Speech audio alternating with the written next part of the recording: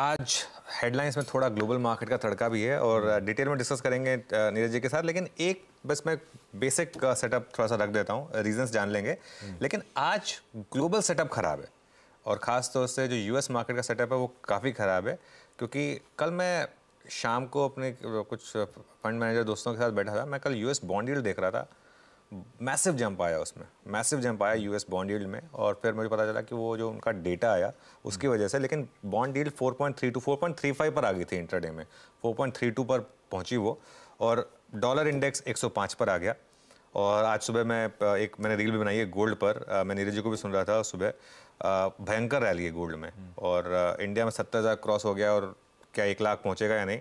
और ब्रेंट $88। तो इक्विटी के लिए ये क्यूज जो है, इंडियन इक्विटीज़ के लिए टेक्निकली पॉजिटिव नहीं है, लेकिन इसका मतलब क्या ये मौका देंगे हमारी मार्केट के लिए? क्योंकि नॉर्मली अगर ग्लोबल करेक्शन की वजह से हमारी मार्केट गिरती है तो वो एक मौका होता है बाइंग का। हमेशा एक कभी भी ग्लोबल मार्केट करेक्शन से कभी भी कोई अगर इंडियन मार्केट गिरती है तो वो बाइंग अपॉर्चुनिटी होती है। इनफैक्ट सुबह गिफ्ट निफ्टी 100 पॉइंट ऊपर था मेरे ख्याल से, अब ऑलरेडी सिर्फ 45 रह गया। तो वो एक क्लियर आर्बिट्राज रहती है ग्लोबल मार्केट की वहाँ पर बाय करने के लिए। अच्छा, एक अच्छी चीज़ जो यहाँ पर आई वो है हमारी इकोनॉमी की खबर। अब आप देखिए जीएसटी कलेक्शन।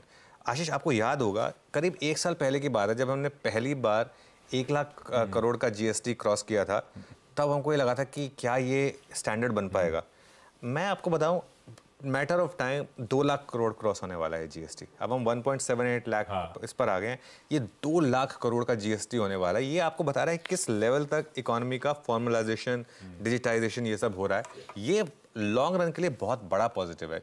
स्ट्रक्चरल रिफॉर्म्स में जीएसटी एक सबसे बड़े रिफॉर्म्स में से एक रहा है, और वो एक बहुत इंटरेस्टिंग चीज़ है। उसके अलावा डोमेस्टिक ट्रिगर्स क्या हैं? 5 अप्रैल को आ रही है आरबीआई की मॉनेटरी पॉलिसी। ये वाली पॉलिसी काफ़ी इंटरेस्टिंग होगी, क्योंकि थोड़ा सा फेड भी डविश था। अब बस क्रूड ऊपर आ गया तो उसके लिए देखना होगा कि शक्तिकांत दास साहब क्या कहते हैं, लेकिन ये मेरे ख्याल से एक बहुत बड़ा ट्रिगर होगा। और उसके तुरंत बाद हमारा फोकस हो जाएगा क्वार्टरली अर्निंग्स पर। और इस बार की क्वार्टरली अर्निंग्स तो ईयरली अर्निंग्स भी हैं, और कंपनीज आउटलुक भी, गाइडेंस भी ये भी देने वाली हैं। तो मैं कहना क्या चाह रहा हूँ, जो मेरा एक व्यू रहा है, आप उन कंपनीज पर फोकस करिए जहां पर पिछले क्वार्टर के अर्निंग स्ट्रांग थी, आउटलुक स्ट्रांग था, तो ये क्वार्टर भी स्ट्रांग रहने वाला है। वहां पर स्पेशली अगर स्टॉक गिर गए तो बहुत ही अच्छी बात है आपके लिए, वहां पर पोजीशनिंग बनाइए, और मुझे लग रहा है कि मार्केट आपको रिवॉर्ड करेगा।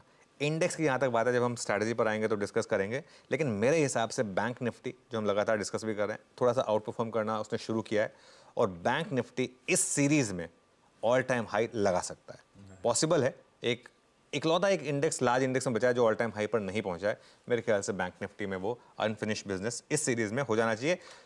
उसका एक बड़ा कारण यह है कि एचडीएफसी बैंक ने एटलीस्ट गिरना बंद कर दिया, चलना नहीं शुरू किया बड़ा, लेकिन एटलीस्ट गिरना बंद कर दिया। ये अपने आप में एक पॉजिटिव है मार्केट के लिए। बिल्कुल ठीक।